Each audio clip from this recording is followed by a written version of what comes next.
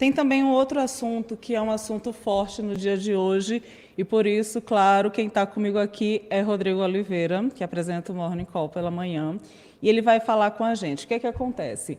A Rússia decidiu suspender um acordo que permitia à Ucrânia exportar grãos. Isso aconteceu poucas horas depois de uma explosão que derrubou uma ponte.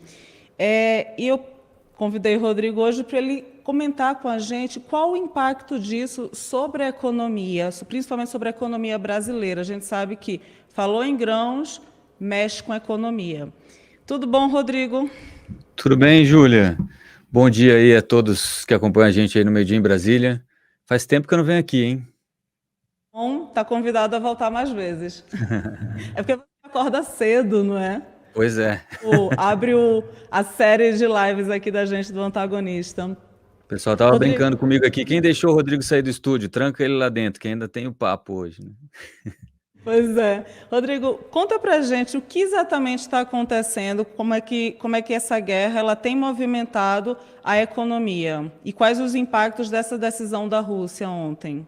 Olha, desde o começo da guerra tinha sempre essa preocupação aí com petróleo russo, gás russo, né, principalmente para atender a Europa ali, e produção agrícola ucraniana que é muito alta, né? A produção agrícola russa, ela não é tão como é que a gente fala? Ela não é tão atingida porque a guerra não é em território russo, né, sim em território ucraniano.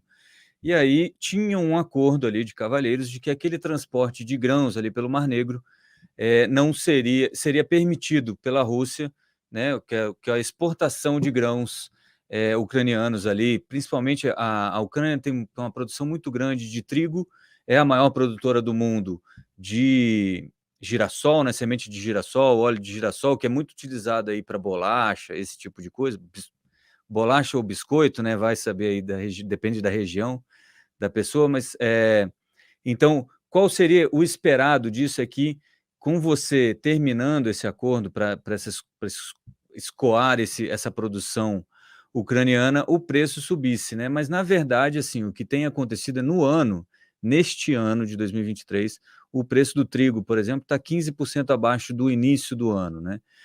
Muito porque tem uma desaceleração global como um todo e também porque o mercado meio que já, como é que se diz, absorveu esses impactos da guerra.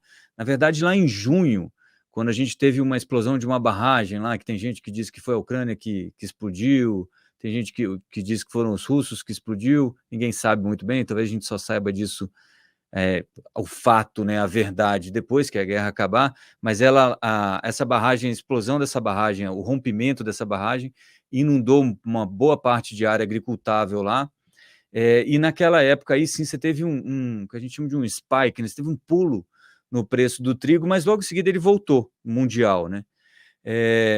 A Ucrânia, eu tenho aqui, ó, é a sétima maior produtora de trigo no mundo, 4,3% da produção global de trigo sai da Ucrânia, 30% da produção global de girassol, de produtos que vêm do girassol, saem da Ucrânia também. Então, o impacto é mais aí na parte de óleo de girassol e semente de girassol, que vai impactar alguns dos produtos que a gente tem aí, tipo bolacha e biscoito.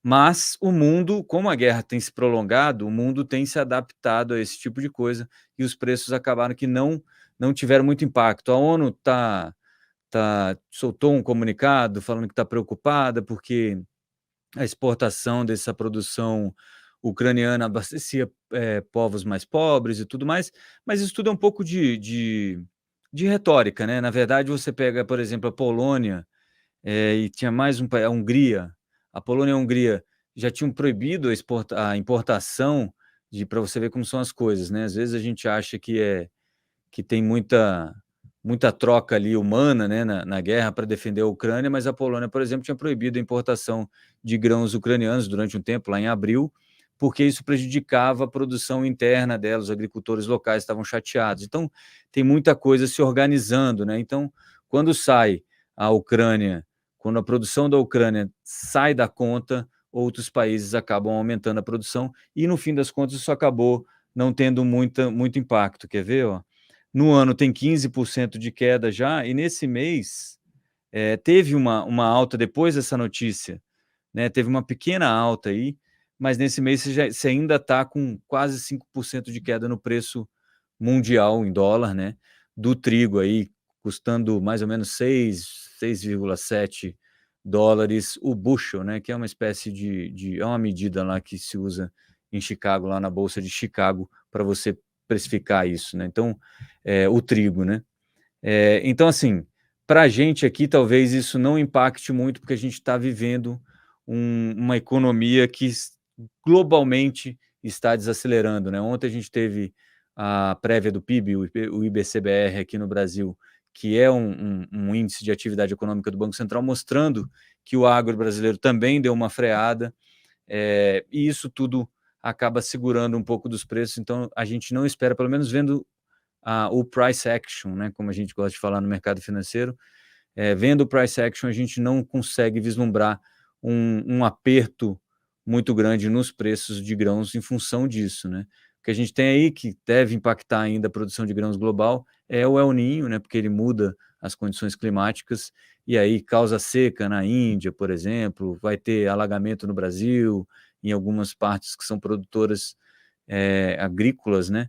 E isso talvez tenha um impacto muito maior do que esse desdobramento da guerra Rússia e Ucrânia neste momento, né, Ju? Entendi. Então, no caso, a gente não tem, de princípio, os mercados, como você gosta de falar, o mercado brasileiro, tão nervoso com esse ponto, é isso? Não teve repercussão no preço, né, pelo menos por enquanto, né. A Júlia fica me zoando, viu, gente, que eu fico falando dos mercados, quando eu tô fora das câmeras, ela fica me zoando que tudo é os mercados, mas não é isso. É porque é onde a gente consegue ver onde as coisas realmente estão Sempre impactando, acho porque engraçado, a gente fala o mercado como se fosse uma pessoa, assim, exato, mas sabe? né, o E mercado é um é o conjunto. mercado e Rodrigo. Mas é um conjunto de pessoas ali fazendo negócios e tudo vai depender sempre aquela regrinha básica de oferta e demanda, né? Como você tem, em tese, uma queda aqui da oferta na Ucrânia, o ajuste seria via preço. Como não está tendo esse ajuste, provavelmente tem oferta em outros países que está compensando essa oferta que a gente está vendo, essa queda de oferta que a gente está vendo em função da Ucrânia. Essa parte do girassol, sim, que talvez afete um pouco mais, porque a produção ucraniana é muito alta, embora já tenha caído em função aí dos últimos 12, 18 meses de guerra entre Ucrânia e Rússia, né?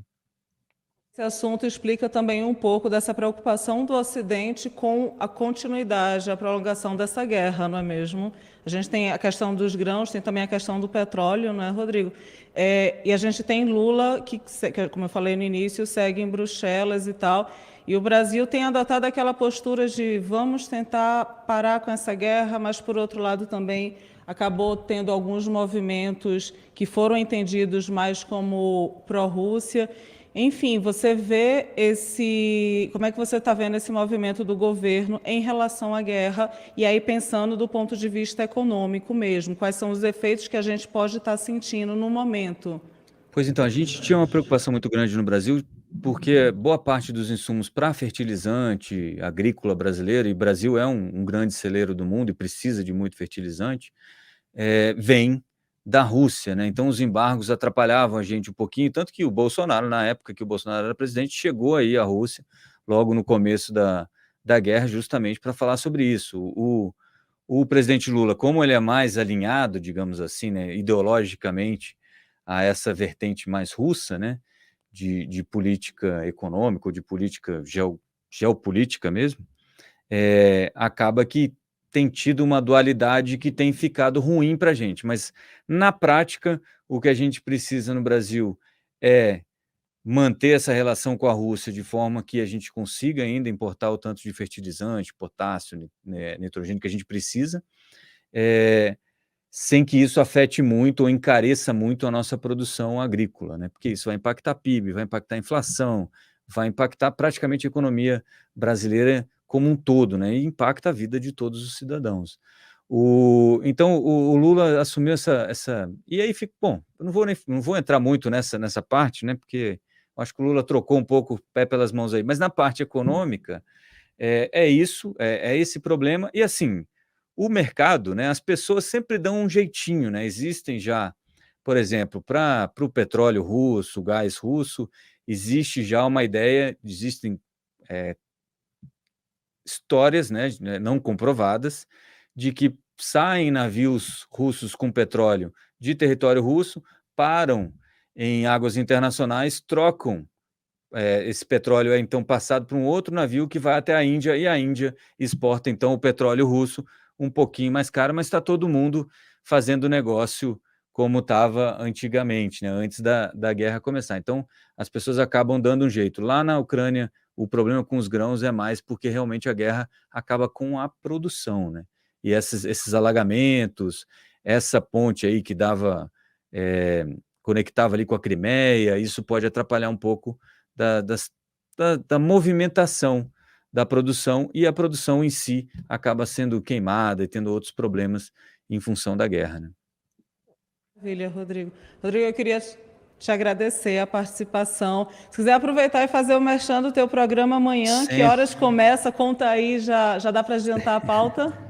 Sempre, é o seguinte, 9h40, todo dia, Morning Call ou antagonista, de vez em quando aqui da Faria Lima, onde eu estou nesse momento, onde moram os malvadões do mercado financeiro, que estão só a fim de tirar dinheiro do seu bolso, e de vez em quando lá de Sucupira, onde eu gozo de imunidade diplomática, e aí ninguém vem atrás de mim, não tem nenhum tribunal ou juiz mais afoito que vem atrás de mim, a gente pode falar o que a gente quiser, mas falando sério, o Morning Call, o antagonista, é onde a gente trata da vertente mais de negócios do antagonista e o impacto da política nacional na vida cotidiana das pessoas e naquele órgão que é o mais sensível de todos, que é o bolso, né? Então, todo dia, segunda a sexta, 9h40, Morning Call, o antagonista, com este que vos fala aqui. Maravilha. Obrigada, Rodrigo.